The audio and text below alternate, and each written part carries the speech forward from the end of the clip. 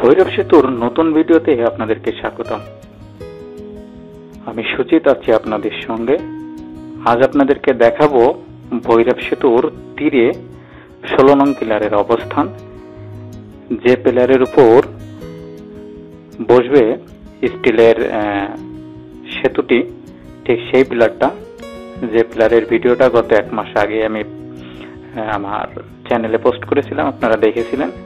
তো বর্তমানে সেটার অবস্থা কি আপনারা দেখতেই পাচ্ছেন, কোনো পরিবর্তনই কিন্তু হয়নি,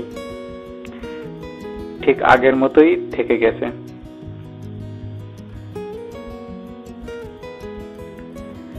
বর্তমানে দিঘলিয়া অংশে কোনো প্রকার কাজ চলছেই না।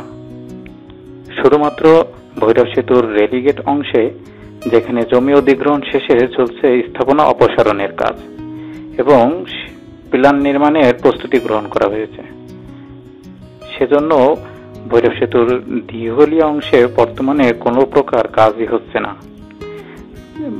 দিঘলিয়া অংশে যে 4টি পিলারের কাজ এখনো বাকি রয়েছে, সেগুলো কিন্তু সেভাবেই রয়েছে। জানি না এগুলো কবে হবে। তো কাজ হলে আমরা আপনাদেরকে তথ্য দেওয়ার চেষ্টা করব। সবাই ভালো থাকবেন, সুস্থ থাকবেন। আসলে দিঘলিয়া খুলনাবাসী অধীর আগ্রহে আছে যে এই সেতু দিয়ে কবে পার হতে পারবে, আদেও কি পার হতে পারবে কিনা। তো সবটা জানতে আমার চ্যানেলের সঙ্গেই থাকবেন। ধন্যবাদ।